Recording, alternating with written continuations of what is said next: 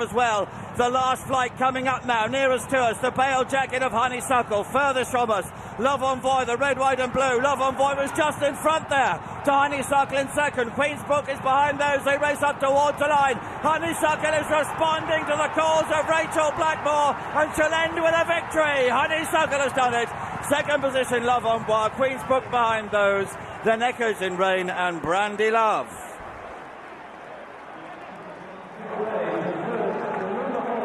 Nearly all her ability and every bit of her heart firmly intact, and with ears pricked, she passes the line in front. One of racing's most enduring and endearing partnerships, Honeysuckle and Rachel Blackmore, are victorious at the festival for the fourth time, having won this race 3 years ago and sandwiched in between the small matter of 2 champion hurdles. And now Cheltenham will say, who cares she wasn't in that? Let's celebrate she was in this. And what a performance she put up in the deepest running of this ever. She's beaten last year's Mayor's Novice Hurdle winner Love Envoy, who has run an absolute stormer, pair clear, in a battle royal up the run-in. She would not be denied, Rachel would not be denied, and you better stand by for a hero's welcome here at Cheltenham.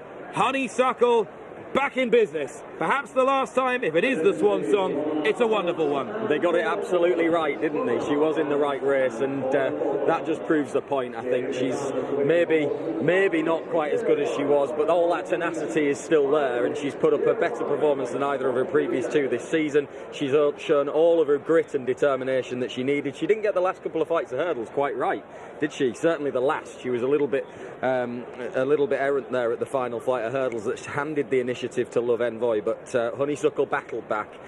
I'm not sure this day could get much better, could it? What a performance, what a mare. Rachel Blackmore and Honeysuckle, what a partnership they are. She's like won 2 champion hurdles coming on here. All the talk about going for the Mayor's Hurdle, not the champion hurdle. As you said, Nick, it's a deep renewal of the champion hurdle with Marie's Rock added to it, and looked like she might go for the stairs, and Honeysuckle's beaten them all. And Love Envoy was tough, but Honeysuckle, if you had any doubt about her resolution, her talent, her ability, her pace, her stamina, she put it all to bed there. She jumped the last, upsized Love Envoy, and then she battled up this hill. She's won the Mayor's Hurdle, beat Benedictio here, won 2 champion hurdles, back again as the 4th Cheltenham Festival success. What a performance by the 2 of them. She's an absolute legend here, isn't she? Well, not just a legend generally, but 4 festival wins. An amazing achievement. And it's easy to forget, or it might become easy to forget, that after Leopardstown, after she ran respectably, but maybe a little listlessly in defeat behind State Man, Rachel Blackmore dismounted and said, she's given us everything.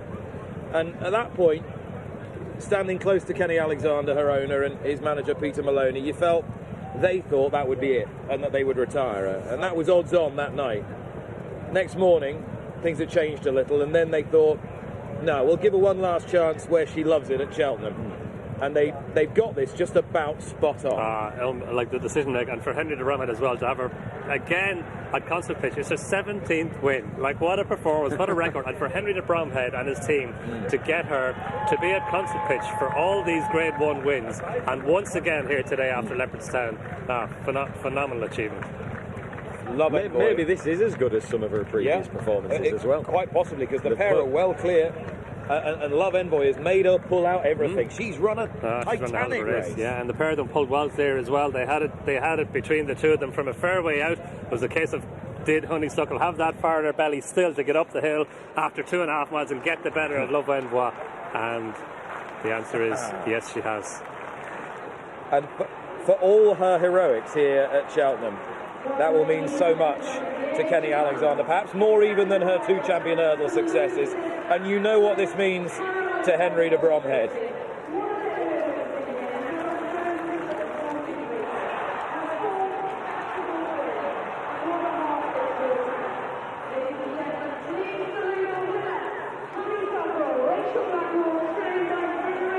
Magic scenes here at Cheltenham, just magic scenes. The sweet smell of success for Honeysuckle and Rachel Blackmore. 17 career victories. And this is turning into a day from the gods. Yeah, what a day. Like, so many good results. This is I think this caps the lot, Nick, for the year as well that Henry de Bromhead has had. You saw the red ribbons there in memory of Jack. and it's going to be an emotional time, an emotional victory for Henry and Heather and all his family, and Rachel as well coming back in for Peter Maloney and Kelly Alexander. And you can hear the receptionist is getting all the way down the chute, and it'll build and build, and we'll hear the crescendo when she comes back in here. And after, as you referred to there, the unthinkable tragedy that struck the Bromhead family, for Henry and his wife Heather and for their team to regroup and to push forward and to take their team to these heights again, it's extraordinary. It is extraordinary, and you know we have the Mayor's Novices Hurdle in memory of Jack de Bromhead now tomorrow, so that's going to be an emotional time. And look, Jack is remembered in all of this, Nick, and this will mean the world to Heather and Henry and all the team. Such a popular mare, Honeysuckle. She's always given her best, even in those 2 defeats. And her first champion hurdle was just scintillating in front of nobody here in the COVID year at Cheltenham. Her first mare's hurdle was a thrilling victory over Benny de Dieu, a real champion, and it will be remembered for that daredevil spin through on the inside from Rachel.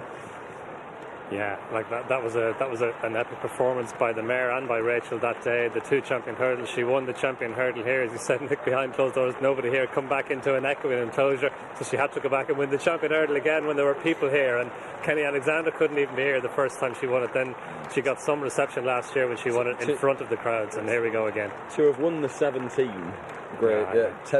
races and multiple grade 1s on numerous occasions, she's needed to dig very deep into her reserves, hasn't she? It's not often done with the Constitution Hill swagger that we saw 40 minutes earlier, but she's so tenacious and determined, and she gives, as Rachel said in the past, she gives absolutely everything, and that was evident again today. And this track brings out the best in her, I think, the way the stiff climb to the line, the finish, it just helps her.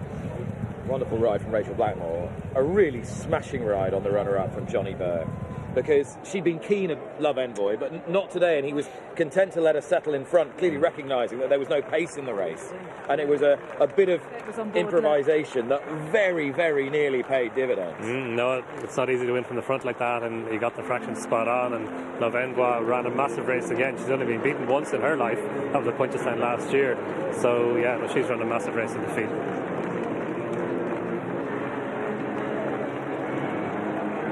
Sun continues to beat down here at Cheltenham, and in truth that's about the only surprise on what is becoming a truly wonderful day of sport.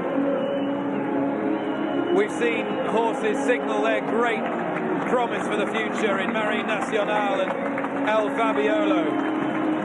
We've seen a massively popular triumph for Corach Rambler and the Peter Scudamore Lucinda Russell team. Constitution Hill did just what was expected of him, and now this magnificently popular mare returns to a rapturous reception. This is Honeysuckle, and this is her Cheltenham.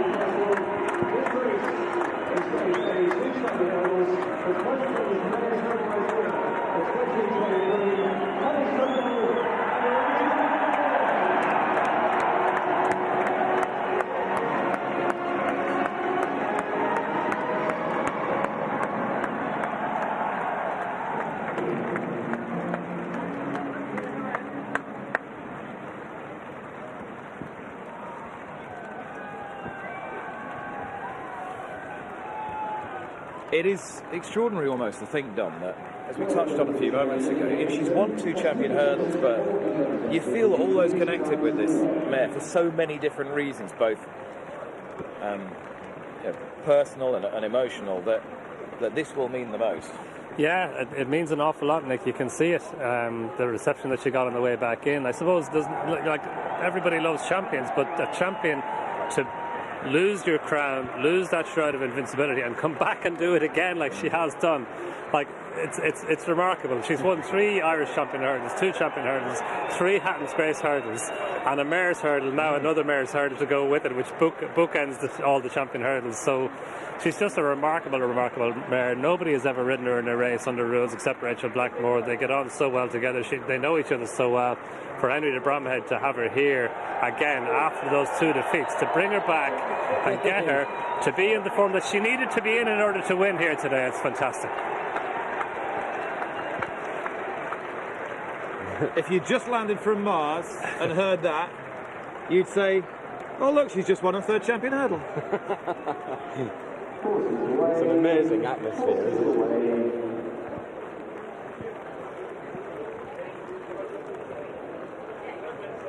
You'd not have begrudged connections for saying after Leopardstown, that'll do now. But they wanted one more go. They obviously had a confidence, didn't they, that she would produce this, and that she still had it in her to deliver it at this level and on this stage.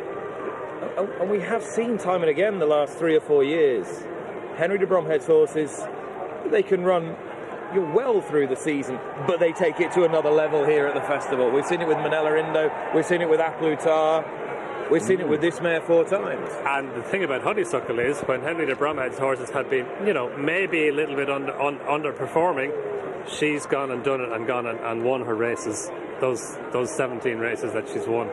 But yeah, as you say, Nick, coming here to Cheltenham, Henry de Bromhead, like, he won the Gold Cup, the Champion Hurdle and the Champion Chase in the same season a couple of years ago.